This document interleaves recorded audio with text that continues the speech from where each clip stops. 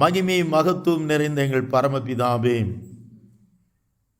உம்முடைய இந்த மகிமையான வேத புஸ்தகத்தில் உள்ள மகிமை மகத்துவமான காரியங்களை நாங்கள் பார்க்கவும் அனுபவிக்கவும், இன்னும் இந்த உலகத்திற்கு சாட்சியாய் வாழவும் எங்களுடைய மனக்கண்களை இயேசு கிறிஸ்துவின் நாமத்தில் திறந்தருளும் பிதாவே. திறந்ததற்காய் ஸ்தோத்திரம். ஆமேன், ஆமேன். அருமை இரட்சகராம் இயேசுவின் கிருபையும் இரக்கமும் காருண்யம் உங்களை மூடுவதாக. தொடர்ந்து இந்த நாளிலே உங்களோடு கூட, ஏன்னா கர்த்தருடைய வார்த்தை உங்களுக்கு பிரயோஜனமாக இருக்கணுங்கிறதுக்காக அதிகமாய் வேத புஸ்தகத்தில் தியானித்து உங்கள் மத்தியிலே வார்த்தைகளை கொண்டு வருவார். நீங்கள் கவனமாக கேட்கணும். மாத்திரல்ல, இன்னும் ஒரு தடவை கூட நீங்கள் இந்த செய்திகளெல்லாம் டைம் கிடைக்கும்போது நீங்கள் யூடியூப்பில் கேட்டிங்கன்னா அது உங்களுக்கு பிரயோஜனமாக இருக்கும். இந்த நாளிலும் நான் சிந்தித்து கொண்டிருந்த பொழுது தேவன் என்னுடைய இருதயத்திலே ஒரு வார்த்தை போட்டார். நாம் எல்லாரும் தேவனையும் ஆமீன் மனிதர்களையும் மகிழ்விக்கும் புது திராட்சரசமாய் இருக்க வேண்டுமாம். கர்த்தர் ஒரு இடத்துல சொன்ன சம்பவத்தை உங்களுக்கு மத்தியிலே வைத்து இன்றைய தலைப்பு ஆமீன் மகிழ்விக்கும் புது திராட்சரசமாய் இருப்போம். அல்லனா ஆமீன் மலையாளத்தில் പറഞ്ഞാൽ ஆனந்திப்பிக்கும் ஒரு புதிய வீஞ்சாய் இருக்காம். Let us be a new wine to make merry others. மற்றவர்களை, அதாவது தேவனையும் மனிதர்களையும் சந்தோஷிப்பிக்கிறது ஒரு சாதனம் உண்டாம் பைபிளில். அது திராட்சரசம் என்று எழுதப்பட்டிருக்கிறது. மனிதனுடைய வாழ்க்கையை தேவன் வேத புஸ்தகத்திலே திராட்சை ஒப்பிட்டிருக்கிறார். திராட்சை செடிக்கும், திராட்சை பழங்களுக்கும், திராட்சை ரசத்திற்கும் அநேக இடங்களிலே கர்த்தர் ஒப்பிட்டு பேசி இருக்கிறார். நல்ல கவனிக்கணும். கர்த்தருடைய பிள்ளைகள் புது திராட்சரசம், அதாவது வீஞ்சுன்னு மொத்தத்தில் ஒயின்னு சொன்னால் வேறு மாதிரி அதை மதுபானமாய் பார்ப்பார்கள். அது புளிச்சதுக்கு அப்புறமா, அது புளிச்சு போகும். ரொம்ப நாள் இருந்து அதை ஒரு ஓல்டு ஒயினாக மாறும்போது அதை ஸ்ட்ராங் ட்ரிங்க், அதை ஏதோ கொஞ்சம் போதையை கொடுக்கும் அப்படி இப்படிங்கிறாங்க. அதனால் வேத புஸ்தகத்தில் என்ன எழுதியிருக்குன்னா, ஒரு நாள் மரங்கள் எல்லாம் காட்டிலே தங்களுக்காக ஒரு ராஜாவை தேடிக்கொண்டிருந்ததா. மரங்கள் எல்லாம் காட்டில் தங்களுக்காக ராஜாவை தேடிக்கொண்டிருந்ததாம். அப்பொழுது மரங்களெல்லாம் சேர்ந்து முதலாவது ஒலிவ மரத்தை பார்த்து, நீ எங்கள் மேல் ராஜாவாக இருந்து எங்களை ஆள வேண்டும் என்று சொன்னதாம். எடுத்துக்கொள்ளும் நியாயாதிபதிகள் புஸ்தகத்தில் 9ஆம் அதிகாரத்தில் திருப்பி வச்சுக்கோங்க.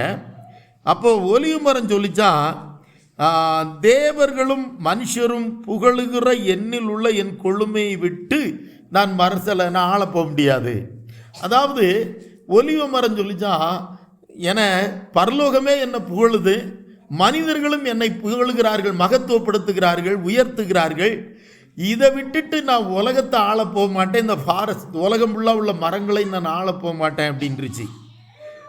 அதுக்கப்புறம் அத்திமரத்தை போய் பார்த்துக்கு அந்த மரங்களெல்லாம் கேட்டுச்சான். அத்திமரமே நீ எங்களுக்கு ராஜாவாயிருன்னு.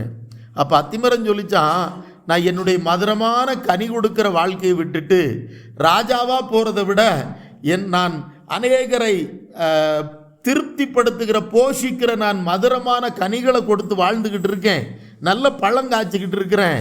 எனக்கு ராஜாவாக இருப்பதை விட நல்லது நான் கனி கொடுத்து வாழுவது தான் சொல்லிட்டு அது ஒதுங்கிருச்சு. ஆமாம்.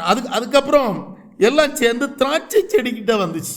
திராட்சை செடிக்கிட்ட வந்து சொல்லிச்சான், திராட்சை செடியே முந்திரிவெள்ளி பிரைஸ் எல்லாம் அந்த வினியாடில் போய் அந்த திராட்சை செடியை பார்த்தது சொல்லிச்சான், நீ எங்களுக்கு ராஜாவாக இருக்கணும், எங்களுக்கு ஒரு நல்ல ராஜா தேவன் சொல்லி மரங்கள் எல்லாம் சொன்னதான். பிரைஸ் எல்லாம். அப்போ திராட்சை செடி சொல்லிச்சான். இப்போ தான் அந்த வசனத்தை நம்ம வாசிக்க போகிறோம். நியாயாதிபதிகள் புஸ்தகம் 9ஆம் அதிகாரத்தில் 12ஐயும் 13ஐயும் நான் வாசிக்கிறேன். அப்பொழுது மரங்கள் திராட்சை செடியை பார்த்து, நீ எங்களுக்கு ராஜாவாயிரு என்றது. 13. அப்போ திராட்சை செடி என்ன சொல்லிச்சான்? அதற்கு திராட்சை செடி, தேவர்களையும் மனுஷரையும் மகிழ பண்ணும் என் ரசத்தை நான் விட்டு மரங்களை அரசாள போவேனோ என்றது. மலையாளத்தில் ஒன்று வாய்க்காம்.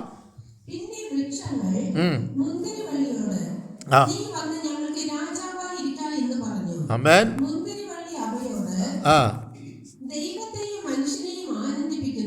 ദൈവത്തെയും മനുഷ്യനെയും ആനന്ദിപ്പിക്കുന്ന എന്റെ രസം, എന്റെ ജ്യൂസ് ഞാൻ ഉപേക്ഷിച്ച് பிரைஸ் தி லார்ட். அழகா நல்ல கவனிங்க. அதுக்கப்புறம் முள் செடிக்கிட்ட போய் கேட்டவுடனே அதுக்கு பெரிய ஆசை வந்துருச்சு. அது அடுத்தது இன்னொரு நாளைக்கு பார்க்கலாம். இந்த திராட்சை செடி என்ன சொல்லிச்சான் பாருங்க, நான் என்னால் என்ன கர்த்தர் படைச்ச ஒரு காரணம் உண்டு. நான் கொடுக்கிற இந்த திராட்சை ரசம், இதை இங்கிலீஷில் என்ன எழுதியிருக்குன்னா, இங்கிலீஷில் ஒன்று பார்த்தீங்கன்னா தெரியும், நியூ வைன் அப்படின்னு எழுதியிருக்கும். என்ன எழுதியிருக்கோம்? New wine. அப்போ நல்ல கவனிக்கணும் கர்த்தருடைய பிள்ளைகள். நான் படித்ததில் நியூ வைன், என்னுடைய புது ரசத்தை, ஒவ்வொரு நாளும் நான் புது புது ரசத்தை நான் கொடுக்கிறேனே, இந்த புது ரசம் வந்து மக்களையும் சந்தோஷப்படுத்தும், என்னை படைத்த தெய்வத்தையும் சந்தோஷப்படுத்தும். அல்லேலூயா. பிரியமானவர்களே, அதுக்கு அந்த ரசத்தை விட ராஜ பதவி எனக்கு எதுக்கு? ராஜ பதவியில் வேண்டாம். அதனுடைய அர்த்தம் என்னன்னா, கர்த்தருடைய பிள்ளைகளே, நமக்கு கொடுக்கப்பட்ட இந்த உலகம் முழுவதையும் ஆதாயம் பண்ணி அதில் உலகத்திற்கே ராஜாவாக இருப்பதை விட நம்முடைய ஜீவியம் தேவனை சந்தோஷப்படுத்துகிறதாகவும் நம்மை சுற்றிலும் இருக்கிற மக்களை மகிழ்விக்கிறதாகவும் சந்தோஷப்படுத்துகிறதாகவும் ஆனந்தப்படுத்துகிறதாகவும் இருக்குமானால் அதுவே ஆசீர்வதிக்கப்பட்ட வாழ்க்கை என்று வேதவசனம் சொல்லுகிறது. உலகத்தையே, அதனால தான் புதிய ஏற்பாட்டில் இயேசு அழகா சொன்னார், மனுஷன் உலகம் முழுவதையும் ஆதாயம் பண்ணினாலும் தன் ஜீவனை, தன் ஆத்மாவை நஷ்டப்படுத்தினால் அவனுக்கு ஆமென். அப்போ நம்ம வாழ்க்கை வந்து புது திராட்சரசமாக இருக்கணும். எப்படி இருக்கணுமா சொல்லுங்க? புது திராட்சரசமாக இருக்கணும். அப்படியானால் நம்ம ஜீவியம் தேவனையும் சந்தோஷப்படுத்தணும், தெய்வத்தையும் மனுஷர்களையும் சந்தோஷப்படுத்தணும். அதற்கேற்ற புது திராட்சரசமாக இருப்போமானால் தேவன் கரங்களில் எடுத்து நம்மை ஆசீர்வதிப்பார். அல்லேலூயா. நீங்கள் நிறைய 1-2 காரியங்கள் பைபிளில் இந்த புது திராட்சரசம் எவைகளுக்கெல்லாம் பயன்படுகிறது என்பதை நாம் பார்ப்போமானால், முதலாவது இஸ்ரவேல் நாடுகளிலே இந்த திராட்சரசம் விருந்தின் கடைசி பகுதியிலே மக்களை சந்தோஷப்படுத்தி, இப்போ இங்கெல்லாம் என்ன கொடுக்குறோம்? பாயசம் கொடுப்பாங்க. இல்லை என்ன கொடுப்பாங்க? ஸ்வீட்டாக என்ன கொடுப்பாங்க? பாயசம் கொடுத்து விடுவாங்க. அந்த பாயாசம் குடித்த உடனே இந்த சாப்பாட்டில் இருக்கிற என்னென்ன குறைகள்லாம் உண்டோ அதெல்லாம் மறந்துடும். புரியுமா உங்களுக்கு? அதே மாதிரி பெரிய பெரிய ஹோட்டலுக்கு கூட கொஞ்சம் நல்ல நேக்க அந்த இத்தினூண்டு ஒரு கிண்ணத்தில் மூக்கில் வச்சு உறிஞ்சா பாயசம் உள்ளே போயிடும் மூக்குடைய, அந்த அளவுக்கு தான் கொடுப்பான். ஆனால் அந்த ஒரு மடக்கு பாயாசம் அந்த சோறில் இருக்கிற அந்த இல்லைன்னா அவங்க வச்ச பொரியலில் அவியலில் இருக்கிற கூட்டுகளில் இருக்கிற எல்லா குறையும் மறந்துட்டு அந்த அந்த ஒரு கொஞ்சம் போல பாயாசத்தினுடைய டேஸ்ட்டு நம்முடைய குறைகளை மறக்க செய்கிறது. அல்லேலூயா. இது இஸ்ரவேல் நாட்டில் முதலாவது விருந்து முடிஞ்சதுன்னா அடுத்து என்ன கொடுத்து விடுவாங்களா? திராட்சரசம் கொடுத்து விடுவாங்க. அதை குடிச்சிட்டு அப்படி நல்ல ஸ்வீட்டாக நல்லா இருக்கும், போதையாக இருக்காது. அந்த திராட்சரசம் இல்லை, ஸ்வீட்டாக இருக்கும். அவன் இருந்த குறைகளெல்லாம் மறந்துட்டு திருப்தியாக சாப்பிடுவார்களாம். நீங்கள் பழைய ஏற்பாட்டிலேருந்து புதிய ஏற்பாட்டில் மத்தேயு, மார்க்கு, லூக்கா, யோவான் வரைக்கும் பார்த்தீங்கன்னா திராட்சரசம் பழைய காரியங்களுக்கு பயன்பட்டது. பல காரியங்களுக்கு பெரும். ஒவ்வொரு வீடுகளையும் கூட அந்த இஸ்ரவேலர்கள், யூதர்கள் திராட்சரசம் பயன்படுத்துகிறது வழக்கமாக இருந்தது. 1-2 காரியங்களை நான் உங்களுக்கு சொல்கிறேன். முதலாவது எண்ணாகமத்தின் புஸ்தகம், சங்கியா புஸ்தகம் 15ஆம் அதிகாரம், அதில் 5, 7, 10 பார்த்தீங்கன்னா பலிகள் செலுத்தும் போது, எண்ணாகம் நம்பர்ஸ் 15, 5, 7 and 10 இந்த 3 வசனத்தில் நீங்கள் படித்து பார்த்தீங்கன்னா தெரியும்போது, பலிகள் செலுத்தும் போது அந்த பலிகளுக்கு சப்போர்ட்டாக கர்த்தருக்கு பலி செலுத்தும் போதே, யாகங்கள் அர்ப்பிக்கும்போது, பலி அர்ப்பிக்கும்போது, கர்த்தாவின் கோமையாகவோ அல்லது சகனையாகவும் அர்ப்பிக்கும்போது என்ன செய்யணுமா? அதோடு கூட பான பலியாக காட்படி திராட்சரசத்தையும் படைக்க வேண்டும். ஐயா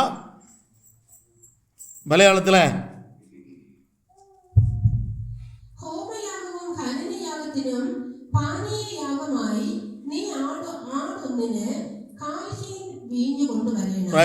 மதி இதே போல 7:10 நீங்க படிச்சு பார்த்தீங்கன்னா தெரியும். அப்படியானால் தேவனை பிரியப்படுத்துவதற்கு ஒரு பலி பூரணமாகணும்னா, பிரியமானவர்களை நல்லா கவனிங்க கொஞ்சம், நம்முடைய ஆராதனை பூரணமாகணும்னா, தேவனை சந்தோஷப்படுத்துகிற ஒரு பலியா நம்ம சர்வாங்க தகன பலி இருக்கணும்னா, கடைசியில் அதோடு கூட என்ன வைக்கணுமா? திராட்சரசமும் வைக்க வேண்டும். என்ன வைக்கணுமா அப்படின்னா அர்த்தம் என்ன? எல்லாம் ஆராதனைலாம் முடித்து எடுத்து கடைசியில் கர்த்தருக்கு நல்ல நன்றி செலுத்தி அவருடைய இருதயத்தை சந்தோஷப்படுத்தி நம்மை சர்வாங்க தகன பலியாக ஒப்பு கொடுத்து அவரை துதித்து சந்தோஷப்படுத்தி கடந்து போகும் பொழுது நம்முடைய ஆராதனை தேவனால் அங்கீகரிக்கப்படுகிறது. ஆராதனை முடிஞ்சு போகும்போது எப்படி போகணும்? நல்ல திராட்சரசம் குடித்த மாதிரி போகணும். அதாவது இந்த நம்ம ஊர்படி நல்லா ஸ்வீட் சாப்பிட்ட மாதிரி போகணும். நல்ல பாயாசம் குடித்த மாதிரி தெம்பாக போகணும். அப்போ அந்த பாயாசத்தில் அந்த குறைகளெல்லாம் என்ன செஞ்சிடும்? மறந்துடும். அதுபோல் ஆராதனை முடிஞ்சு போகும் பொழுது நம்மிடத்தில் இருக்கிற குறைகளெல்லாம் மாறி தேவனை பிரியப்படுத்தும் ஒரு மகனாக மகளாக அவருக்கு ஒரு இனிமையான ஒரு ஸ்வீட் பிலீவராக, கர்த்தருக்கு ஒரு ஸ்வீட் விசுவாசியாக நாம் எல்லாரும் கடந்து போக கர்த்தர் கிருபை தருவாராக. அப்போ பலியிலும் திராட்சரசம் படைக்கப்பட்டது. அதற்கப்புறமா நீங்கள் பார்த்தீங்கன்னா பல இடங்களிலே நம்ம வாசிக்கலாம். ஒவ்வொரு வீட்டின் விருந்தின் முடிவிலும் யோபுவின் புஸ்தகம் 1ஆம் அதிகாரம் 13ஆம் வசனத்தை நீங்கள் 18ஆம் வசனத்தில் நீ படித்து பார்த்தீங்கன்னா தெரியும். யோபுவினுடைய புஸ்தகம் 1:13-18 அதில் அந்த சகோதரர்கள் எல்லாரும் அவங்க கூட பிறந்தவங்களுக்கெல்லாம் விருந்து வைப்பாங்களாம்.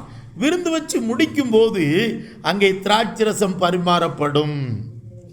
நீங்கள் எங்கே போனாலும் பின்பு ஒரு நாள் யோபுனுடைய குமாரன் குமாரத்தின் தங்கள் மூத்த சகோதரன் வீட்டிலே புசித்து திராட்சரசம் குடிக்கிற போது, இது அதை மட்டும்தான் நான் இப்போ சொல்கிறேன். விருந்தினுடைய முடிவில் என்ன கொடுக்கப்படுமா? திராட்சரசம் கொடுக்கப்படும்.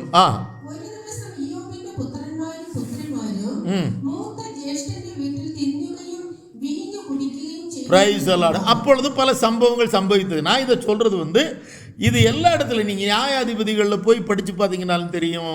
பல இடங்களில் கர்த்தருடைய பிள்ளைகளுடைய வீட்டிலே புது திராட்சரசம் பரிமாறப்படும்.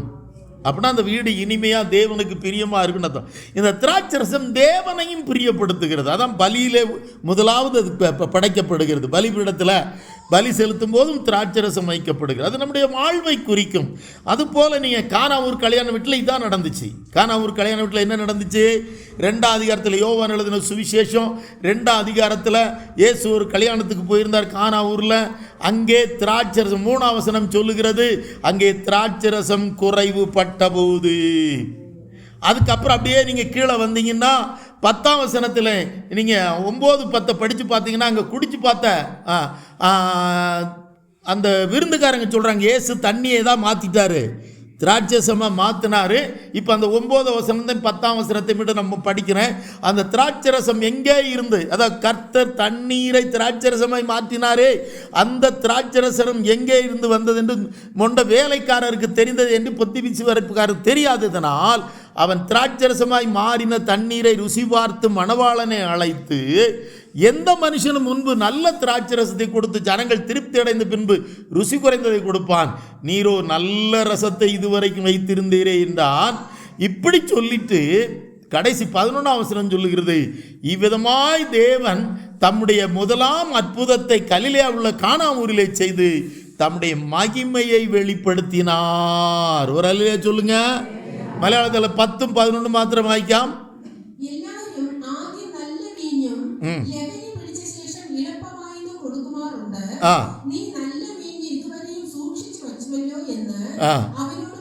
പറഞ്ഞു.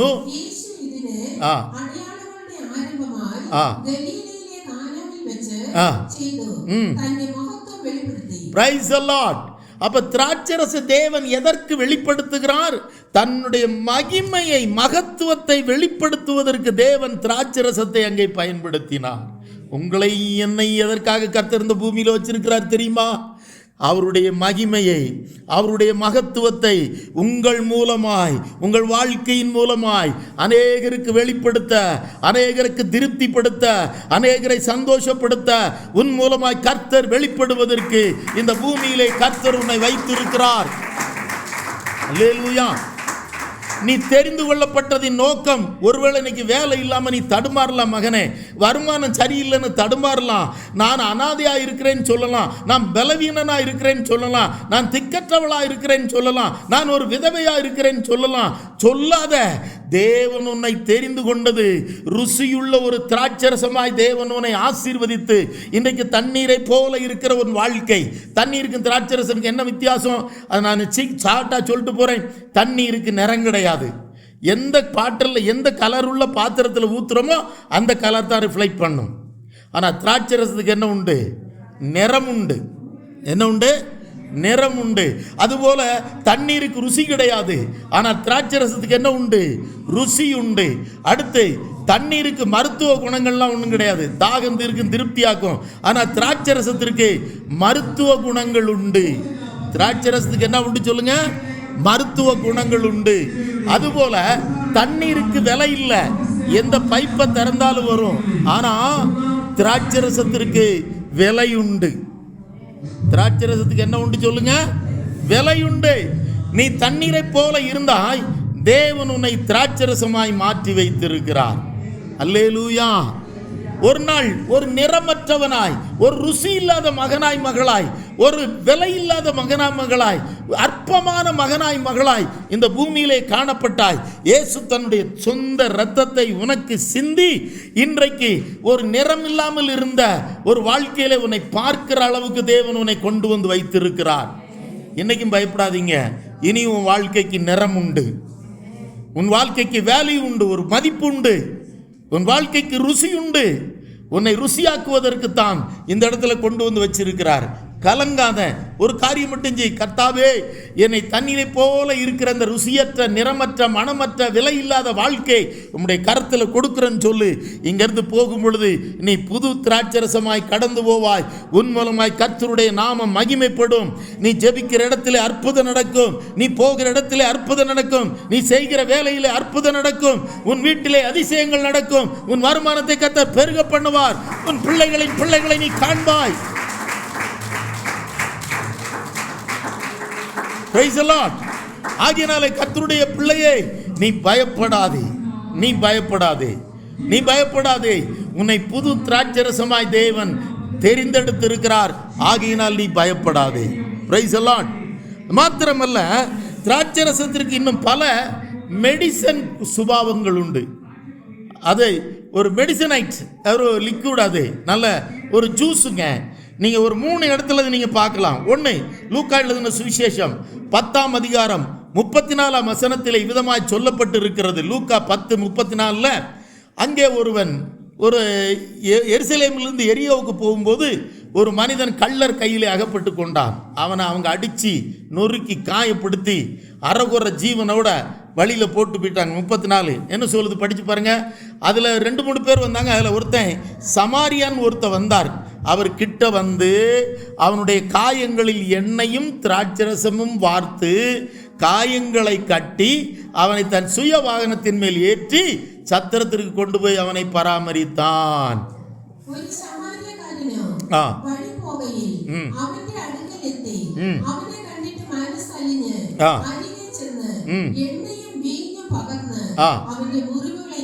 Praise the Lord. முறிவுகள் கட்டான் விமோதிக்கப்படுத. ஹல்லேலூயா. திராட்சரசம் உன்னுடைய காயங்களையும் கட்டுவார். உன் மூலமா யாராவது முறிவுகளோடு உங்ககிட்ட வரும் பொழுது நீ இயேசுவை பற்றி அவர்களுக்கு சொல்லி கொடுத்து அவர்களுடைய காயங்களையும் கட்டுவதற்கு, முறிவுகளை கட்டுவதற்கு இந்த ஊரில், இந்த மூணாறில், இந்த மலைப்பகுதியிலே கர்த்தர் உங்களையும் என்னையும் வைத்திருக்கிறார். அல்லேலூயா. அப்போ காயம் ஆறுவதற்கு முறிவுகள் ஆறிவான் ஆயிட்டு, ஆற்றி போவான் ஆயிட்டு, அது ரசம், new wine is being used. நல்லா கவனிக்கணும். அப்போ எனக்கு ஆச்சரியமாக இருக்கு. காயம் கட்டுவதற்கும் அந்த புது திராட்சை ரசம் பயன்படுகிறது.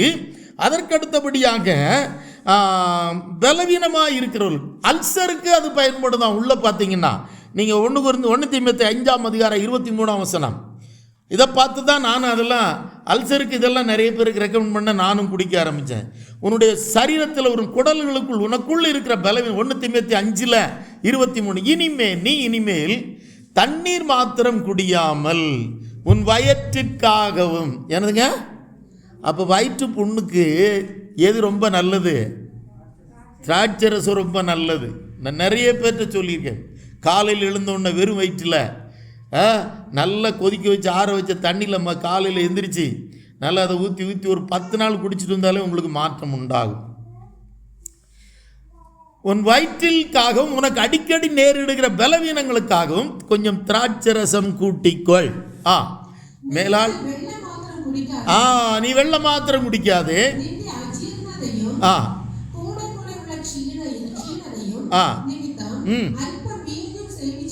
Praise the Lord. என்ன அற்புதமான அது. அப்ப தேவன் உங்களை என்ன எதற்கு வச்சிருக்கிறார் பார்த்தீங்களா? இந்த உலகத்திற்கு நீ ஒரு காயங்கட்டுகிற மகனாய் மகளாய் கர்த்தர் உன்னை வைத்திருக்கிறார். அநேகருடைய பலவீனங்களை மாற்றுவதற்கு கர்த்தர் உன்னை வைத்திருக்கிறார். உங்கள் வாயிலிருந்து வர்ற வார்த்தை அநேகரை பலப்படுத்தணும். அப்படிப்பட்ட தேவனுடைய பிள்ளைகளாக உங்களை இந்த இடத்திலே கர்த்தரா ஆமேன் உன்னுடைய பழைய வாழ்க்கையை மாற்றி புதிய வாழ்க்கையை தந்து தேவன் இந்த இடத்துல உங்களை கொண்டு வந்து நிறுத்தி இருக்கிறார். நீங்கள் சாதாரணமான ஆளுன்னு நினச்சிக்கிடாதீங்க.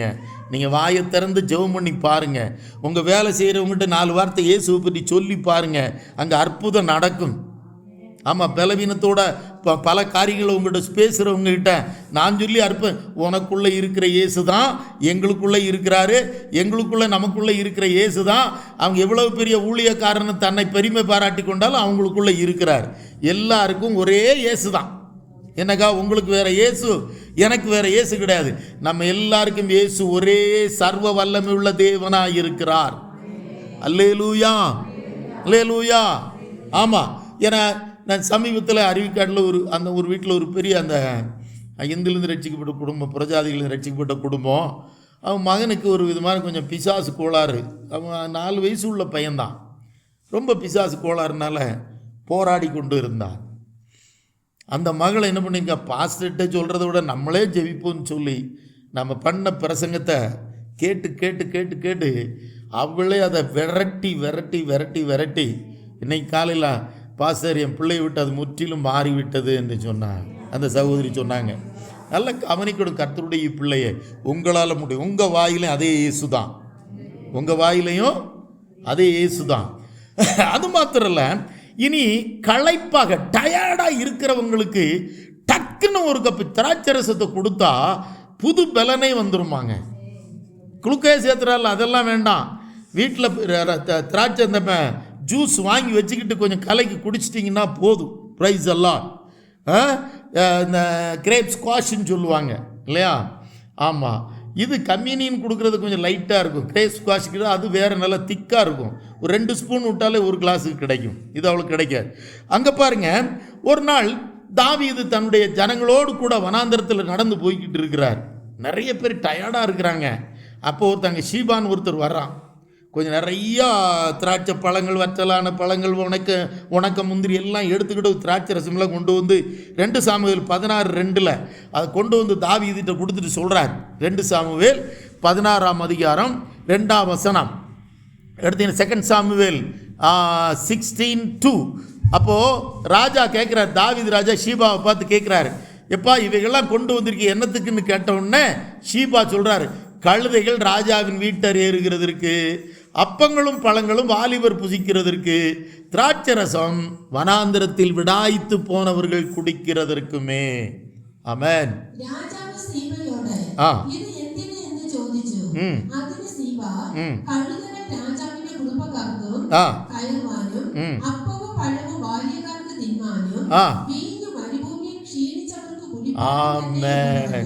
ரசம் அப்படி ஒரு கிளாஸ் குடிச்சு பாருங்க.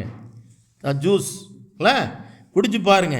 நீங்கள் இந்த முந்திரி ஜூஸ் வந்து எங்கேயாவது போகிறீங்கன்னு வச்சுக்கிங்களேன், என்ன விலை குறைஞ்சதும் கிரேப் ஜூஸ் தான் இருக்கும். லைவாக வாங்கி குடிக்கணும், ஐஸ் போடாமல் வாங்கி குடிக்கணும்.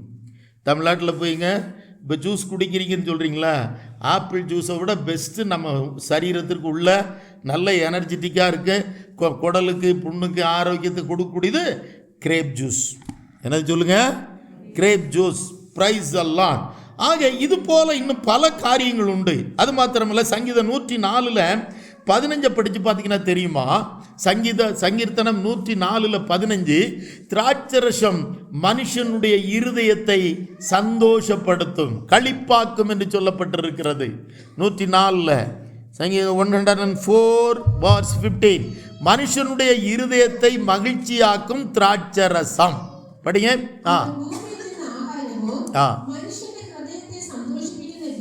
மதி. அவ்வளோதான். இன்னொரு வார்த்தை பாருங்க பார்க்கலாம். பிரசங்கி 10:19, சபா பிரசங்கி 10:19. இதெல்லாம் சொல்லிட்டு அடுத்து ஒரு சின்ன சப்ஜெக்டை சொல்லி நான் உங்களுக்கு முடிக்கிறேன். நம்ம எப்படி திராட்சரசமாக மாறுறது அதை மட்டும் சொல்லி முடிக்கலாம். விருந்து சந்தோஷத்திற்கென்று செய்யப்படும், திராட்சரசம் ஜீவன் உள்ளோரை களிப்பாக்கும், பணமோ எல்லாவற்றிற்கும் உதவும். அது நமக்கு தேவையில்லை, அப்புறம் பார்க்கலாம்.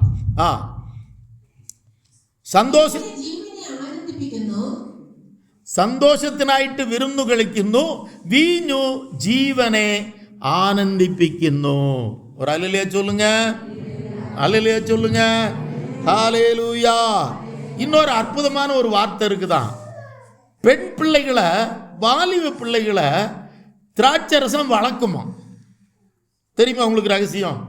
அவங்களுடைய இந்த கற்ப சம்பந்தமான பிரச்சனைகளுக்கு ரொம்ப பயன்படும் நினைக்கிறேன். படித்து பார்த்தீங்கன்னா சகரியா 9:17 எடுங்களேன். சகரியா 9:17. சகரியா பிரவாச்சன புஸ்தகம் 9ஆம் அத்தியாயத்தில் 17ஆம் வசனம். அதில் ஒரு வார்த்தை இருக்குது பாருங்க. சோத்ராம் எதில் யாரை வளர்க்கணும்னு படித்து பாருங்க.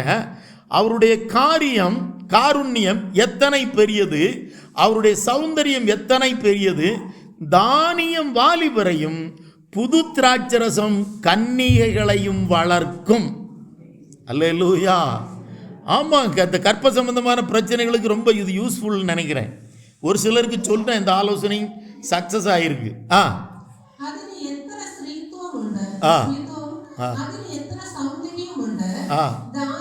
தானியம் யுவாக்களையும் புஷ்டிகரிக்குந்தோ.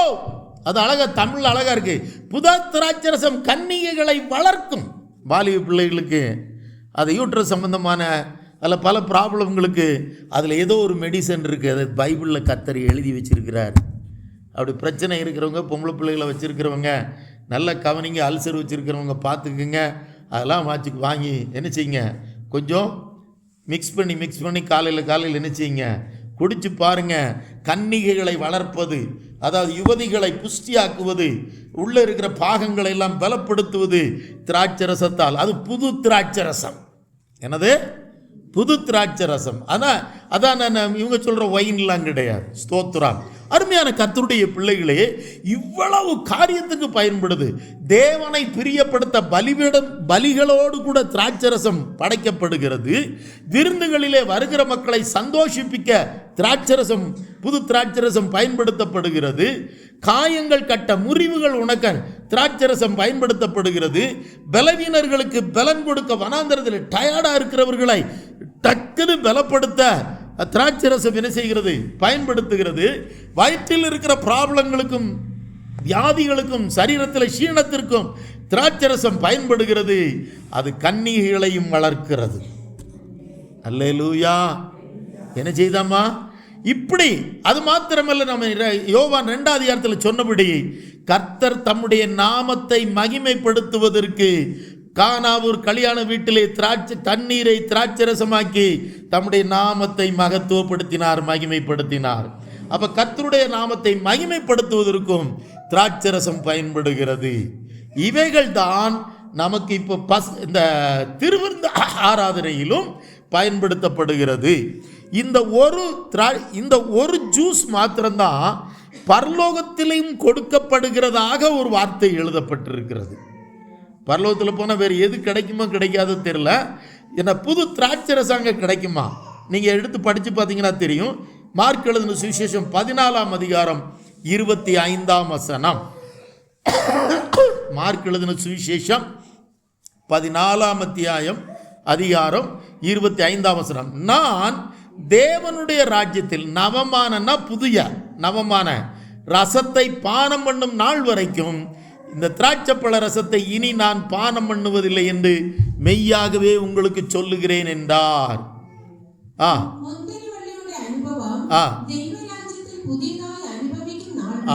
முந்திரிவள்ளியுடைய அனுபவம் தெய்வராஜ்யத்தில் புதிதாய் அனுபவிக்கும் நாள் வரை அனுபவிக்கல என்று பிரைஸ் தி லார்ட். அப்போ முந்திரி வள்ளியோட அனுபவம்னா என்ன அர்த்தம்னா, முந்திரி வள்ளியிலிருந்து முந்திரி பழம் கிடைக்கும், அதில் உள்ள ஜூஸ். அருமையான கர்த்தருடைய பிள்ளைகள் நல்லா கவனிங்க.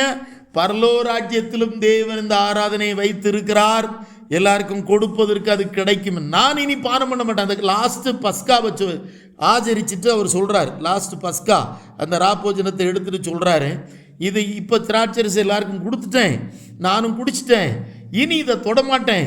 இனி நம்ம பரலோக ராஜ்யத்தில் போயிட்டு பிதாவின் ராஜ்யத்தில் வந்த பிற்பாடு தான் நல்ல நவமான புதிய திராட்சரசம் அங்கே நான் எடுப்பேன், அனுபவிப்பேன் என்று கர்த்தர் சொல்லுகிறார். அல்லேலூயா. அப்போ அங்கே போனால் அது கிடைக்கும்னு நினைக்கிறேன் இல்லை? ஸ்தோத்திரம். ஆகையினால் அதன் அடையாளமாகத்தான் நாமும் கிறிஸ்துவின் இரத்தத்திற்கு அடையாளமாக, அவருடைய இரத்தத்திற்கு அடையாளமாக திராட்சரசத்தையும் அவருடைய மாம்சத்திற்கு அடையாளமாக அப்பத்தையும் நாம் எடுத்துக்கொள்ளுகிறோம். அதான் நான் சொன்னேன், இவைகள் நமக்குள்ளே போகும் பொழுது நமக்கும் இவ்விதமான அற்புதங்கள் நடக்கும். நம்முடைய வாழ்க்கையின் தேவன் திராட்சரசமாக்கி அநேகரை ஆசீர்வதிப்பதற்கு இந்த பூமியிலே கர்த்தர் உங்களை வைத்திருக்கிறார். உங்கள் வீட்டுக்கு நீங்கள் திராட்சரசம் தான். உங்கள் வீட்டுக்கு ஒரு திராட்சரசம். நீ தண்ணியாக இருக்கும்போது வாழ்க்கையில் ஒரு ரசம் இல்லாமல் இருந்துச்சு, இப்போ நீ ஒரு ரசமாய் மாறிவிட்டாய். ஆகினால உங்களுடைய லைஃபே ரசமாகும். மலையாளத்தில் சொல்லுவாங்க இல்லையா, ஒரு ரசம் இல்லை அப்படிம்பாங்கல்ல, அப்படின்னா ஒரு இன்ட்ரெஸ்ட் இல்லை, ஒரு டேஸ்ட் இல்லைங்கிறான்ல, அந்த ரசம் உள்ள ரசமாய் கர்த்தர் உங்களை மாற்றுகிறவர். பயப்படாதீங்க. நீங்கள் விசுவாசத்தோட நீங்கள் கை வச்சு சமையல் பாத்திரத்தில் சமையல் பண்ணும்போதோ, பண பாத்திரத்தில் பணத்தை வைக்கும் போதோ, அது சுருக்கு பையில் காசை வைக்கும் போதோ எடுக்கும் பொழுதோ நினச்சிக்கங்க, ஐயா நான் கை வைக்கிற பணப்பை சுருக்கு பை ஆசீர்வாதம் உள்ளதாய், ரசம் உள்ளதாய், ருசி உள்ளதாய் மாறும் மாறும் மாறும். ஏன்னா என்ன கர்த்தர் வச்சிருக்கிறதே அவருடைய நாமத்தை மகிமைப்படுத்துவதற்கு. காணா ஒரு கல்யாண வீட்டில் அதுக்காகத்தான் அவர் திராட்சரசத்தை உண்டாக்கி கொடுத்தார், தண்ணீரை. இப்போ பார்க்கலாம், திராட்சரசமாய் மாறணும்னா சில காரியங்களை நம்ம செய்யணும். அதை மட்டும் சுருக்கமாக ஒரு 4 காரியத்தை நான் சொல்கிறேன். முதலாவது, நாம் திராட்சை செடியாகிய இயேசுவோடு கூட கொடியாக இணைந்து அதிலே காய் காக்கணும். எடுத்து படிங்க பார்க்கலாம். யோவான் எழுதின சுவிசேஷம் 15ஆம் அதிகாரம் 4ஆம் வசனம் 5ஆம் வசனம். யோவான் எழுதின சுவிசேஷம் பிரைஸ் தி லார்ட் 15ஆம் அதிகாரம் 4ஆம் வசனம் 5ஆம் வசனம். யோகன்னான் 15 4 5. என்னில் நிலைத்திருங்கள், நானும் உங்களில் நிலைத்திருப்பேன். கொடியானது திராட்சை செடியில் நிலைத்திராவிட்டால் அது தானாய் கனி கொடுக்க மாட்டாது போல, நீங்களும் என்னில் நிலைத்திராவிட்டால் கனி கொடுக்க மாட்டீர்கள். அது ஒன்று மட்டும் போதும். பாச்சு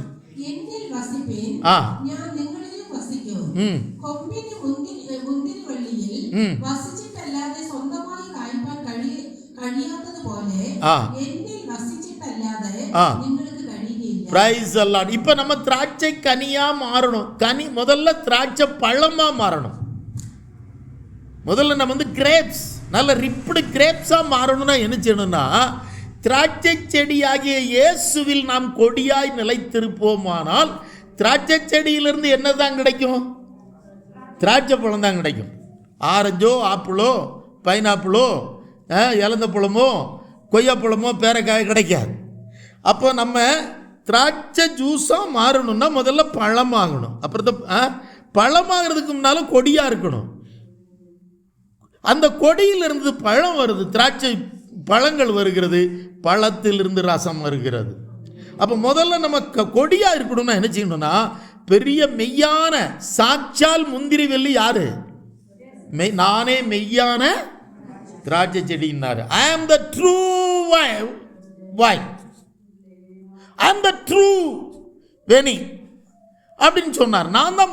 அப்போ மற்ற நிறைய இந்த உலகத்தில் நிறைய முந்திரி வள்ளிகள் மாதிரி நிறைய இருக்கு, நிறைய ஊழியங்கள் இருக்கு, நிறைய பேர் கிறிஸ்துவ பிரசங்கிக்கிறேன்னு செய்கிறாங்க. ஆனால் உண்மையாய் நாம் கண்டுபிடிக்கணும் சத்தியத்தை. சபையை உண்மையாக கண்டுபிடிக்கணும், சத்தியத்தை உண்மையாக கண்டுபிடிக்கணும், மெய்யான உபதேசத்தில் சத்தியமான உபதேசத்தில் நிலைச்சிருக்கணும். அப்போ என்னில் நிலைத்திருக்கிறவன் கனி கொடுப்பான். அவன் என்ன கனி கொடுப்பான்? திராட்சை செடியோன்னு நினச்சிருந்தா திராட்சை கனி கொடுப்பான். அல்லேலூயா. இந்த உலகத்தில் நம்ம எதோட நினச்சிருக்கிறோமோ அந்த கனி தான் கொடுப்போம். அதாவது நம்ம யார்கிட்ட கூட்டு வச்சுருக்கிறோம், யார்கிட்ட ஃப்ரெண்ட்ஷிப் வச்சுருக்கிறோம். இந்த இளைய தலைமுறைகள் கெட்டு போகிறதுக்கு காரணமே அவங்களுடைய ஃப்ரெண்ட்ஷிப் தான். ஸ்கூலுக்கு காலேஜுக்கு போனோன்னே இந்த பிள்ளைகளும் பையங்களும் வைக்கிற ஃப்ரெண்ட்ஷிப்பு தான். இவங்க நல்லவனோட வச்சுருந்தா நல்ல பிள்ளைகளாக இருக்கும். மோசமான பிள்ளைகளோட பையங்களோட ஃப்ரெண்ட்ஷிப் வச்சுருக்கிறவங்க சீக்கிரம் அழிஞ்சு நாசமாக போயிடுவாங்க. தமிழில் ஒரு பழமொழி சொல்லுவாங்க, பன்னியோடு சேர்ந்த கண்ணுக்குட்டியும் என்ன செய்யுமா? ஆமாம், பன்னி என்ன சாப்பிடுதோ அதே சாப்பிட்டு பன்னியாகவே மாறிடும். ஸோ ஆடுகளாக இருக்கிற, செம்மறி ஆடுகளாக இருக்கிற நாம், அல்லது முந்திரி பழங்களாக இருக்க வேண்டிய நாம், முந்திரி செடியோடு கூட, முந்திரி வள்ளியோடு கூட நாம் இணைக்கப்பட்டிருக்க வேண்டும். அந்த சாட்சால் முந்திரி வள்ளி ஆண்டவராகிய இயேசு கிறிஸ்து, நானே மெய்யான திராட்சை செடின்னு சொன்னார். நம்ம அன்னும் தினமும் கர்த்தாவே நான் உம்மில் நிலைத்திருக்கிறேன், உம்மால் என்று என்னால் வாழ முடியாதையா, இல்லையா? நான் உள்ள அளவு உம்மை துதிப்பேன். நான் ஒரு பாட்டை மட்டும் காலையில் 4 வரி பாடுங்கன்னு எனக்கு சொல்லி கொடுத்தேன். என்ன பாட்டு? நானே மறந்துட்டேன்ல. கூடவே இரும். எஸ், என் கூடவே இரும் ஓ இயேசுவே, நீர் இல்லாமல் நான் வாழ முடியாது, என் பக்கத்திலே இரும் ஓ இயேசுவே, நீர் இல்லாமல் நான் வாழ முடியாது. அப்ப அந்த திராட்சை செடியோடு கூட நாம் நிலைத்திராவிட்டால் ஒவ்வொரு நாளும் நம்முடைய வாழ்க்கை ரசம் இல்லை. ഇന്നത്തെ ജീവിതം ഒരു രസമില്ലെന്ന് മലയാളത്തിൽ പറയുന്നത് പോലെ ഓരോ ദിവസവും രസമുള്ള ജീവിതമായി ഇരിക്കണമെന്ന് പറഞ്ഞാൽ ஒவ்வொரு நாளும் ருசியுள்ளதாக இருக்கணும்னு சொன்னால் ஒவ்வொரு நாளும் முந்திரி செடியோடு கூட திராட்சை செடியோடு கூட நிலைத்திருங்க. காலையில் எந்திரிச்ச உடனே அடுத்து என்ன செய்யணுமா, நம்ம எப்படிப்பட்ட இடத்துல இருக்கணுமா? எடுத்து படிங்க ஏசாயா தீர்க்கதரிசன புஸ்தகம் 5ஆம் அதிகாரம் 2ஆம் வசனம், 1ஆம் வசனம். ஏசாயா தீர்க்கதரிசன புஸ்தகம், ஏசாயா பிரவாச்சன புஸ்தகம் 5:1. அங்கே தேவன் ஒரு திராட்சை தோட்டம் இருக்கிற இடத்தை சொல்லுகிறார். இப்பொழுது நான் என் நேசரிடத்தில் அவருடைய திராட்சை தோட்டத்தை குறித்து பாடுவேன், என் நேசருக்கேற்ற ஒரு பாட்டை பாடுவேன். என் நேசருக்கு மகா செழிப்பான மேட்டிலே ஒரு திராட்சை தோட்டம் உண்டு. ஆமென்.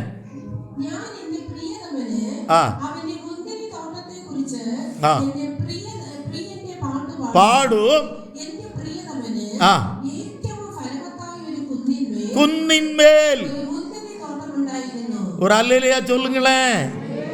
ஒரு வலிய குன்னின் மேல் ஒரு செழிப்பான மேட்டிலே நமக்கு ஒரு திராட்சை தோட்டம் உண்டு.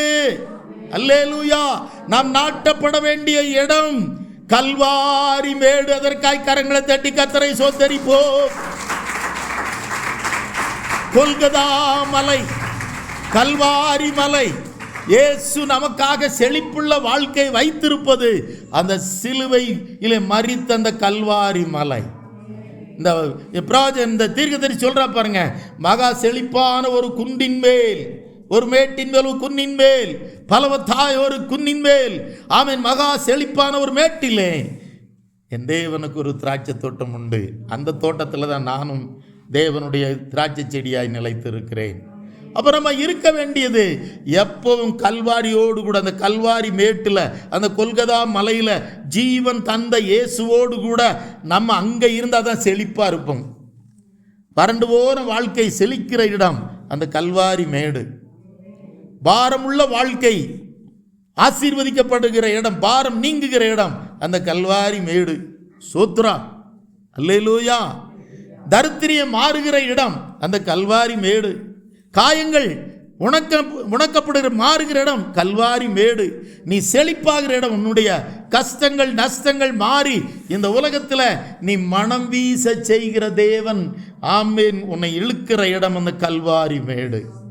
அதுதான் மகா புஷ்டி உள்ள மகா செழிப்பான மேடு. அதை மறந்துடாதீங்க. கேட்டிங்களா? அப்போ நம்ம எப்போவும் இருக்க வேண்டிய இடம், நம்முடைய இரட்சகர் நம்மை வைத்த எந்த இடத்திலிருந்து நம்மளை சம்பாதிச்சார் தெரியுமா? அந்த கல்வாரி மேட்டில் அவர் தந்த இரத்தத்திலிருந்து நம்மையும் உண்டாக்கி எடுத்து அவரை போல நம்மையும் ஒரு திராட்சை செடியாய் நட்டு வைத்திருக்கிறார். அதனால தான் சங்கீதம் 128 சகோதரிகளை பற்றி சொல்லும்போது சொல்லி இருக்கும், உன் மனைவி உன் வேட்டோரங்களில் உள்ள கனிதரும் திராட்சை செடியை போல் இருப்பாள், திராட்சை கொடியை போல் இருப்பாள். இந்த திராட்சை செடிக்கு ஒரு சுபாவம் உண்டு, அது தனியாக நிற்க முடியாது, அதற்கு ஒரு சப்போர்ட்டு தேவை. திராட்சை செடி கொடி, அது ஒரு வள்ளின்னு சொல்லுவோம் மலையாளத்தில். அது நாட் அ ட்ரீ, அது தனியாக நிற்காது, அதுக்கு ஏதாவது ஒரு கொம்பு சப்போர்ட்டுக்கு வேணும். நம்ம எல்லாருமே தேவனுடைய திராட்சை கொடிகள், நம்மளால் தனியாக நிற்க முடியாது. நமக்கு சப்போர்ட்டு நம்முடைய ஆண்டவராகி இயேசுவையே சார்ந்து நிற்கணும், அவரையே சாரிக்கொள்ளணும், அவரையே பிடிச்சிக்கிடணும். அவரை விட்டுட்டு போனீங்கன்னா நீங்கள் திராட்சை செடியாக நின்று முடியாது. சப்போர்ட் இல்லாத இடத்துல திராட்சை செடி என்ன செய்யாது, வளராது. அது ஒரு சப்போர்ட்டில் தான் எப்போவும் நிற்கும். நமக்கு சப்போர்ட் பண்ணுகிற தேவன், தாயின் வயிற்றிலே தாங்கினவர் ஏந்தினவர், இதுவரையும் தாங்குகிறவர் ஏந்துகிறவர், நரைமுடியும் முதிர் வயதாகும் வரைக்கும் நம்மை ஏந்துவேன் சுமப்பேன் தாங்குவேன் தப்புவிப்பேன் சொல்லி இருக்கிற கர்த்தரையே சார்ந்து கொள். கர்த்தரையே தன் நம்பிக்கையாய் கொண்ட மனுஷன் பாக்கியவான். நீங்களும் சகோதரிகள் எல்லாம் திராட்சை கொடிகள். அப்போ நீங்கள் சார்ந்து இருக்க வேண்டியது கர்த்தரை சார்ந்து கொள்ளணும். அதுக்கப்புறம் உங்களுக்கு ஒரு ஆணினுடைய ஒத்தாசை வேணும். ஆண் இல்லைன்னா நேர கர்த்தர் தான். ஆண்கள்லாம் போயிட்டாங்களா, பரவாயில்ல, ஆத்தும மணவாளன் இயேசு தான். பிரைஸ் தி லார்ட், அல்லேலூயா. நல்லா பிடிச்சிக்கிடணும், நல்லா பிடிச்சிக்கிடணும். சரி, இப்போ என்ன நடக்குது? அப்போ நம்ம இருக்க வேண்டிய இடம் எதோடு கூட இணைந்திருக்கணும், அதெல்லாம் பார்த்தோம். அது மாத்திரம் இல்லை, நல்ல கனிகளையும் நம்ம கொடுக்கணும். இயேசுவோடு இருந்துக்கிட்டே கசப்பான கனியை கொடுக்கக்கூடாது. அந்த இயேசு 5:2 படிங்க. இப்போ அந்த இயேசு 5:2 சொல்லியிருக்கு. அவர் என்ன செஞ்சாராம், அதுக்கு நல்ல வேலி அடைச்சி என்ன செஞ்சார், நல்ல வேலி அடைச்சி கல்களை பொறுக்கி போட்டு நற்குல திராட்சை செடிகளை நட்டு அது நடுவில் ஒரு கோபுரம், கோபுரம்னா ஆலை, அதை காவல் காக்கிறதுக்கு வாட்ச் டவர், காவல் கோபுரத்தை கட்டி அதில் ஆலையையும் உண்டு பண்ணி, ஏன்னா ஜூஸ் எடுக்கிறதுக்கு ஃபேக்ட்ரி வேணும், ஆலை வேணும். அதான் லாஸ்ட் பாயிண்டை சொல்லி முடிக்கிறேன். ஆலையும் உண்டு பண்ணி அது நல்ல திராட்சை பழங்களை தரும் என்று காத்திருந்தார். அது கசப்பான பழங்களை தந்தது. படிங்க.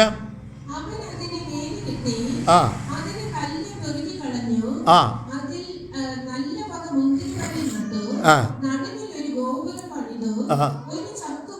ஆ சக்கு, ஆற்ற சக்கு, செக்கண்ணன்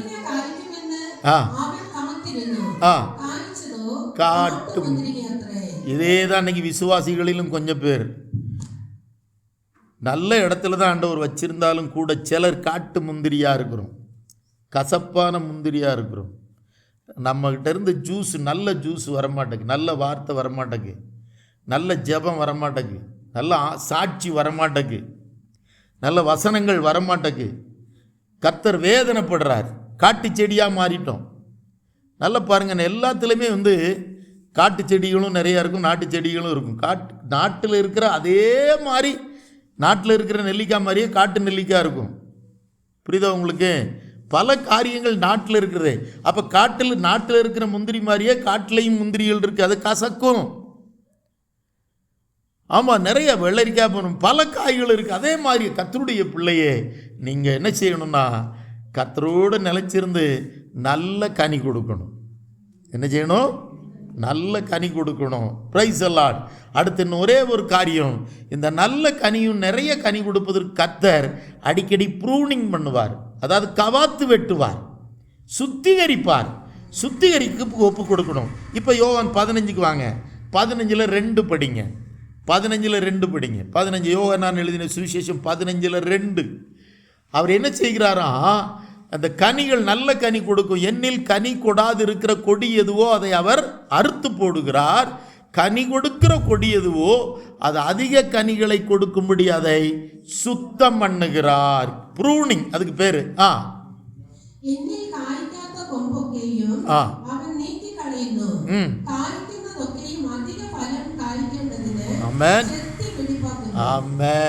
இதான் ப்ரூனிங். கவாத்து வெட்டுறல தேயிலை பார்த்துருப்பீங்க. ஒரு குறிப்பிட்ட காலத்துக்கு ஒரு இடம் இந்த உயரத்துக்கு மேலே வரக்கூடாதுன்னு சொல்லி வெட்டி வெட்டி விடுவாங்க.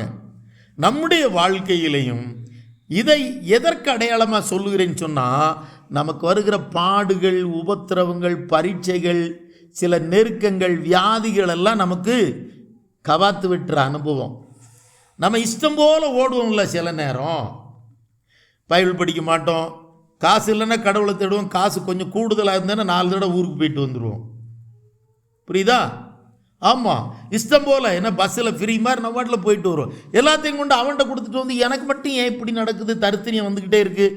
நீ அடிக்கடி தேவன் தருவது, இதனால தான் தேவன் என்ன செய்கிறார்னா அடிக்கடி உனக்கிட்ட இருக்கிற வருமானத்தை கட் பண்ணுறார், உன்னை டெஸ்ட் பண்ணுறார், உன்னை பரிசோதிக்கிறார். நீ நல்ல கனி கொடுக்கணும், அதிக கனி கொடுக்கணும்னா உனக்கு பிரச்சனை அவசியம், உன்னை சுத்திகரிக்க வேண்டியது அவசியம், வெட்ட வேண்டியதை வெட்டணும். என்ன செய்யணும்? இஷ்டம் போல கொடி, திராட்சை கொடி ரொம்ப வளர்ந்தாலும் கிடைக்காது. நீங்கள் போய் பார்த்தீங்கன்னா திராட்சை தோட்டங்கள் இருக்கிற இடத்துல போய் பார்த்து பாருங்கள். தேவையில்லாதெல்லாம் மேலே ஒட்டமாக வெட்டி விட்டுருவான். வெறும் கொம்பு மாத்திரம் தான் இருக்கும், திரும்ப அதுலேருந்து துளிர்க்கும். நீங்கள் இந்த சின்னமன்னூர் சைடு, கம்பம் பள்ளத்தாக்கு சைடு, கொடைக்கானல் கொடரோடு சைடெலாம் போனீங்கன்னா தெரியும். திடீர்னு பார்த்தா திராட்சை தோட்டம்ல காஞ்ச செடிமா இருக்கும், எல்லாம் கவாத் பண்ணி விட்டுருவான். அதுலேருந்து திரும்ப முளைச்சி வர்றதுல தான் நல்ல கனிகள் கொடுக்கும், அதிக கனிகளும் கொடுக்கும். நிறைய நேரங்களில் நம்ம இஷ்டம் போல வளர்றோம், இஷ்டம் போல போகிறோம், இஷ்டம் போல ஆராதனை கட்டடிக்கிறோம், இஷ்டம் போல நினைச்சா காணிக்க கொடுப்போம், இல்லைன்னா கொடுக்க மாட்டோம், நினைச்சா பைபிள் படிப்போம், இல்லைன்னா படிக்க மாட்டோம், நினைச்சா ஆராதனைக்கிறோம், இல்லைன்னா வரமாட்டோம். கேட்டால் சொல்லுவோம் எனக்கு அந்த பிரச்சனை இருக்குது, இந்த பிரச்சனை இருக்குது, போகாமல் இருக்க முடியாது. கர்த்தரும் பார்ப்பாரு, நீ போய்கிட்டே நானும் உன்னை வெட்டாமல் இருக்க முடியாது, வெட்டுவேன்னு சொல்லி வெட்டுவார்.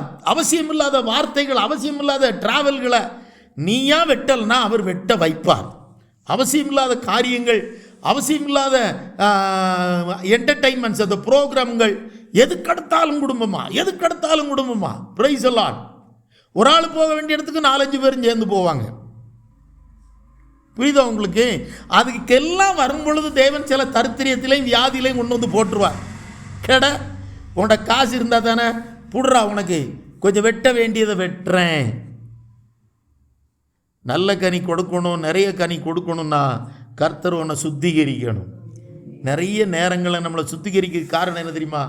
ஆராதனை விட முக்கியம் ஓட்டம், ஆராதனை விட முக்கியம் வருமானம், ஆராதனை விட முக்கியம் நம்ம தொழில், ஆராதனை விட முக்கியம் சொந்தம், ஆராதனை முக்கியம் பிள்ளைகள். கர்த்தர் கை வச்சிடக்கூடாது. ஆராதனை விட அதிகமாக நம்ம பிள்ளைகளை நேசிச்சோம்னா பிள்ளைகளை கை வச்சிருவார். அப்புறம் உட்காந்து ஒப்பாரி வைக்கணும். முதலிடம் கர்த்தருக்கு. முதலிடம் யாருக்கு? கர்த்தருக்கு. கர்த்தர் தந்த பிள்ளைகளுக்கு, கர்த்தருக்கு அடுத்து அவங்கள வச்சு நம்ம அவங்கள நேசிக்கணும். அவர் சொல்லிட்டாரு, என்னை விட அதிகமாக எவனாவது ஒருத்தன் அப்பாவையோ அம்மாவையோ மகனையோ பிள்ளையோ நேசித்தால் அவன் எனக்கு சீசனாக இருக்க மாட்டான். பாத்திரவான் அல்ல, யோக்கியன் அல்ல. He is not worthy to follow me. அப்போ நம்முடைய வாழ்க்கையில் சில நேரங்களில் கர்த்தர் வெட்டுவார். நமக்கு அது தெரியாது. நம்ம ஏன் எனக்கு மட்டும் இந்த பிரச்சனை, ஏன் எனக்கு மட்டும் வியாதி மாற மாட்டேக்கு, நீ சரியில்லை, இன்னும் சரியாக நம்மக்கிட்ட கொஞ்சம் வசதி கூடிச்சுன்னா நம்ம குசும்பு நிறையா இருக்குது. பயில் பிடிக்கிறது இல்லை, ஜெபிக்கிறது இல்லை, ஒழுங்கு ஆராதனைக்கு வர்றது இல்லை, எங்கே வேணாலும் போவோம், என்ன வேணாலும் செய்வோம், எப்படி வேணாலும் இருப்போம். அப்போ கர்த்தர் பார்க்குறாரு, கொஞ்சம் வெட்டு, அதை வெட்டு, இதை வெட்டு, சைடை வெட்டு, மேலே வெட்டு, கீழே வெட்டுன்னு வெட்டும்போது நமக்கு வேதனை இருக்குது இல்லையா? கவாத்து வெட்டும்போது எப்படி கட்டையாக வந்துடுதோ, உயரமாக கிடக்கிறது, அதை மாதிரி சில நேரம் கட்டையாக்கிடுவார். ஒன்றும் இல்லாமல் வருமானம் கட்டையாயிரும், ஆரோக்கியமும் கட்டையாயிரும், குறைஞ்சிரும், வீட்டில் நிம்மதி குறைஞ்சிரும். அப்போ திரும்ப அவர்கிட்ட நம்ம சேருவோம். இந்த பரீட்சை வராமலே நீ நல்ல மனுஷனாக இருக்கணும்னா நீயே ஒன்றை வெட்டிக்கிடணும். You have to prove yourself. நீங்களைத்தன்னை நீங்களுக்கு கவாத்து செய்து கொள்ளணும். ஓ, இது எனக்கு வேண்டாம், இதான ஆதியம், இது எனக்கு வேண்டாம். இதுதான் முதல்ல கர்த்தருக்கு. எதை முதல்ல நேரம் கர்த்தருக்கு, நாள் கர்த்தருக்கு, உபாச பிரார்த்தனைக்கு, ஆராதனைக்கு, தேவனுடைய ஊழியத்துக்கு. இப்படி நீங்களே வெட்டிக்கிட்டீங்கன்னா அவர் வெட்ட வேண்டிய அவசியம் இல்லை. இது பைபிள் படிக்கிற நேரம், இது ஆராதிக்கிற நேரம், இது முக்கியமான நேரம், சபையில் உபாச ஜெபம் நடக்கிற நேரம். நீங்களே அவசியம் இல்லாததை வெட்டிக்கிட்டு கட் பண்ணி எடுத்துக்கிட்டிங்கன்னா அவங்க வெட்ட வேண்டிய அவசியம் இல்லை. நம்ம இஷ்டம் போல் போகும் பொழுது கர்த்தர் வெட்டித்தான் ஆகும். வெட்டாமல் இருக்கவே மாட்டார். வெட்டினா தான் நீ திரும்ப நல்ல கனி கொடுப்பேன்னு அவருக்கு தெரியும். நிறைய கனி கொடுப்பேன்னு அவருக்கு தெரியும். நீ நிறைய கனி உன்னுடைய கிரேப்ஸ் வரணும்னா கர்த்தர் உங்களை வெட்டித்தான் ஆகணும். இப்போ வெட்டும்போது இருந்துக்கிட்டு புலம்பாமல் எனக்கு மாத்திரம் ஏன் இந்த பிரச்சனை, எனக்கு மாத்திரம் இந்த போராட்டம், நீ என்ன செஞ்சேன்னு பாரு. அந்த வாரம் ஃபுல்லாக, அந்த மாதம் ஃபுல்லாக கர்த்தருக்கு என்ன கொடுத்தேன்னு பாரு. கர்த்தருக்கு கொடுத்ததை விட நம்ம வண்டிக்காரனுக்கு கொடுத்தது பல ஆயிரம் கூடுதல் இருக்கும். ஆஸ்பத்திரிக்கு நிறைய கொடுத்துருப்போம். அதெல்லாம் பிசாசு காட்ட மாட்டான். சரிதானா? பாருங்கள், யோசித்து பாருங்கள். கர்த்தருக்கு எவ்வளோ நேரம் கொடுத்தேன், கர்த்தருக்கு எவ்வளோ என்னுடைய வருமானத்திலேருந்து கொடுத்தேன், பைபிள் படிக்க எவ்வளோ நேரம் கொடுத்தேன், ஜெபிக்க எவ்வளோ நேரம் கொடுத்தேன், ஆராதனைக்கு எவ்வளோ நேரம் கொடுத்தேன். நீங்களாக உட்காந்து பரீட்சை பண்ணி பாருங்கள். இதெல்லாம் செஞ்சு வந்துட்டா ஆண்டவர் உங்களை ப்ரூனிங் பண்ணிட்டார். நல்லா கவாத்து வெட்டி முடிக்கிறதுக்கு உங்களை ஒப்பு கொடுத்துட்டிங்கன்னா நீங்கள் சம்மதிக்கணும். கர்த்தாவே, இதனால் இனி நான் உமக்கு இப்படி இருப்பேன், உமக்கு முதலிடம் கொடுப்பேன், உமக்கு நல்ல கனி கொடுப்பேன், உமக்கு நிறைய கனி கொடுப்பேன். எப்படி கனி கொடுப்பேன்? நிறைய கனி, அதிக கனிகளை நான் கொடுப்பேன். ஏதோ கிறிஸ்தவ வாழ்க்கையில் அதிகமாக பைபிள் படிப்பேன், அதிகமாக ஜெபிப்பேன், அதிகமாக துதிப்பேன், அதிகமாக கர்த்தரவே உங்களுடைய ஊழியத்தில் பங்கு பெறுவேன், அதிக கனி கொடுப்பேன்னு சொல்லிப்பார். நம்ம தான் இந்த பிசுக்கத்தனமாக பிச்சைக்காரத்தனமாக ஒரு லிமிட் வச்சுருப்போம். இவ்வளோ தான் கொடுப்பேன், இவ்வளோ நேரம் தான் கொடுப்பேன், இவ்வளோ தான் கொடுப்பேன். ஆஸ்பத்திரிக்கு அது எவ்வளோ வேண்டாலும் கொடுப்பேன், வட்டியா அது எவ்வளோ வேண்டாலும் கட்டுவேன், வண்டிக்கு அது எவ்வளோ வேண்டாலும் செய்வேன், காருக்கு அது எவ்வளோ வேண்டாலும், பஸ்ஸுக்கு அது எவ்வளோ வேண்டாலும் செய்வேன். ஆனால் கர்த்தருக்கு இதுக்கு மேலே ஆண்டவரை என்ன வந்தாலும் என் கை நீளாது. சரி மகனே, அப்படியே இரு. அது வரைக்கும் வெட்டிக்கிட்டே இருப்பார். நீ மனம் திரும்புகிற வரைக்கும், நீ சரியாகிற வரைக்கும், அதிக கனிகளை கொடுக்கிற வரைக்கும், அதிகமாக பைபிள் படித்து ஜெபிக்கிற வரைக்கும் உன்னை வெட்டிக்கிட்டே இருப்பார். உன் வருமானத்தை வெட்டிக்கிட்டே இருப்பார். உன் சந்தோஷத்தை வெட்டுவார், உன் பலத்தை வெட்டுவார். பலவீனங்கள் வந்துக்கிட்டு இருக்கும், தரித்திரம், சில நேரங்களில் பிரச்சனைகள் வந்து கொண்டு இருக்கும். இன்னைக்கு ஒப்பு கொடுங்க கர்த்தாவே. கடைசியாக ஒன்று சொல்லி முடிக்கிறேன். இதெல்லாம் முடித்து கனிகளை பொறுக்கி கிரேப்ஸை எடுத்து நினைச்சுவாங்களாம், ஆலையில் போட்டு நினைச்சுவாங்க, நசுக்குவாங்க, ப்ரெஸ் பண்ணுவாங்க.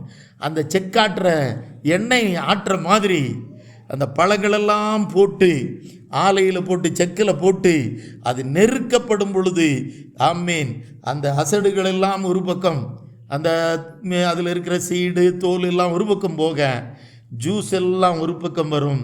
அதுதான் ருசி கொடுப்பதாக இருக்கும். அதுபோல் கர்த்தருடைய பிள்ளையாக உன்னையும் என்னையும் சில நேரங்களில் கர்த்தர் சில உபத்திரவங்களில் பாடுகளில் போட்டு என்ன செய்வார்?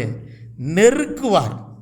நெருக்கி அதை பிழிஞ்சு எடுப்பார். அந்த ரசம் வெளியே வரும். நம்ம ஊரில் என்ன செய்வோம்? மிக்சியில் போட்டு ஆட்டிட்டு அப்புறம் ஃபில்டர் பண்ணி என்ன செஞ்சுருவோம்? எடுத்துருவோம். கிரேப்ஸ் அடித்தோம்னா மிக்சியில் போட்டு சுடு தண்ணியை ஏதோ ஊட்டி அரைச்சிட்டு அப்புறம் அதை வடிகட்டி எடுப்போம், வேஸ்ட்டை தூர போட்டுருவோம். ஏதோ ஒன்று நம்ம அடிபடணும்.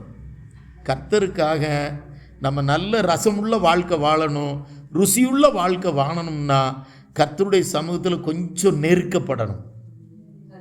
அல்லேலூயா. நம்ம சில நேரம் கசக்கப்படுவோம். நிந்தையினால், அவமானத்தினால, பிரச்சனையினால், பாடுகள்னால, கஷ்டத்தினால, பலவிதமான போராட்டங்கள்னால, சத்துருக்கள்னால நம்ம நெருக்கப்படுகிறோம். அது ஏன் அந்த கர்த்தர் நம்மளை போட்டு அந்த செக்கில் போட்டு ஆட்டுற மாதிரி ஆட்டுறாரு தெரியுமா? உன்னை நல்ல ரசமாய் வெளியே கொண்டு வருவதற்காக. அல்லேலூயா. நீ நல்ல ரசமாய் வெளியே வரும் பொழுது நீ அநேகருடைய காயங்களை கட்டுவாய். உன் வீட்டிற்கே நீ ருசியுள்ள மகனாய் மகளாய் இருப்பாய். உன் மூலமாய் தேவனுடைய நாமம் மகிமைப்படும். நீ கல்யாண வீட்டில் போனாலும் கர்த்தரை மகிமைப்படுத்துவாய். நீ மரண வீட்டில் போனாலும் கர்த்தரை மகிமைப்படுத்துவாய். நீ வண்டி ஓட்டினாலும் கர்த்தரை மகிமைப்படுத்துவாய். நீ எந்த வேலை செய்தாலும் கர்த்தரை மகிமைப்படுத்துவாய். அதற்குத்தான் தெய்வன் சில நேரங்களில் உன்னை வைத்து கசக்குகிறார். முதல்ல வெட்டுவார், அடுத்து நல்ல பழங்கள் தோண அதை ஜூஸ் ஆக்கும்போது பிரைஸ் அல்லாட். நம்ம போட்டு நெருக்கி ஆட்டி எடுப்பார். பயப்பட வேண்டாம். கொஞ்ச நேரம் தான், அதில் கொஞ்ச நேரம் தான், சில நிமிஷங்கள் தான். அந்த ப்ரூனிங்காவது கொஞ்சம் டைம் எடுக்கும். கவாத்து வெட்டுனா காய்க்கிறதுக்கு வளர்கிறதுக்கெல்லாம் டைம் எடுக்கும். ஆனால் ஜூஸாக வெளியே வர்றதுக்கு கொஞ்ச நேரம் கர்த்தருடைய சமூகத்தில் ஒப்பு கொடுக்கணும். கர்த்தாவே, என்னையும் நல்ல ஒரு ரசமாய், திராட்சை ரசமாய் மாற்ற ஆண்டவரே உம்மிடத்தில் நான் ஒப்பு கொடுக்கிறேன். எந்தெந்த சூழ்நிலையில் நீர் என்னை நெருக்கி எடுத்து உருவாக்கி நீர் பயன்படுத்துகிறீரோ அந்த நேரத்திற்காக நான் உம்மை ஸ்தோத்தரிக்கிறேன். அதனால தான் ஒரு பக்தன் பாடல, உடைக்கப்பட்ட நேரத்திலெல்லாம் என்னை உருவாக்கின கிருபை இது. உடைக்கப்பட்ட நேரத்திலெல்லாம் என்னை உருவாக்கின கிருபை இது. கிருபையே கிருபையே மாறாதே நல்ல கிருபையே. கிருபையே கிருபையே மாறாதே நல்ல கிருபையே. சில நேரம் சில வியாதிகள், நெருக்கங்கள், கஷ்டங்கள், ஐசியூ வார்டு வரைக்கும் நான் போயிட்டு வந்துட்டேன். ஆக்சிடெண்ட்டில் இப்படி வந்துட்டேன், இல்லைன்னா அப்படி நெருக்கம் வந்துடுச்சு. காரணம் வேற ஒன்றும் இல்லை, நீ இன்னும் நல்ல ரசமாக மாறல. நீ நல்ல ரசமாக மாறுறதற்கு கர்த்தர் உன்னை நெருக்குகிறார். யோபு சொன்ன மாதிரி, அவர் என்னை சோதித்த பின் நான் பொன்னாய் வெளிப்படுவேன், பொன்னாய் வெளிப்படுவேன். என் சுத்த தங்கமாய் புறத்தவர் சுத்த பொண்ணு. பிரைஸ் அல்லாட். இந்த நாளிலே கர்த்தர் உங்களுக்கும் நன்மை செய்வார். ருசி இல்லாத உன் வாழ்க்கை ருசி உள்ளதாய் மாறும். நிறமில்லாத ஒரு வாழ்க்கை நிறமுள்ளதாய் மாறுகிறது. விலை இல்லாத உன் வாழ்க்கை இன்றைக்கு விலை இருக்கிறது. நீ உன்னை அற்பமாய் எண்ணாதே. கர்த்தர் உனக்கு ஒரு பெரிய விலை உள்ள வாழ்க்கை வைத்திருக்கிறார். You are a valuable person. You have much value in the sight of the Lord. உனக்கு ஒரு விலை உண்டு, உனக்கு ஒரு மதிப்பு உண்டு, உனக்கு ஒரு ஹானர் உண்டு. அப்படிப்பட்ட இடத்துல கர்த்தர் உங்களை கொண்டு போய் வைப்பார். கர்த்தருக்கு முன்பதாக நம்மை சமர்ப்பித்து தாழ்த்தி ஒப்பு கொடுப்போம். கர்த்தர் உங்களை ஆசீர்வதிப்பாராக.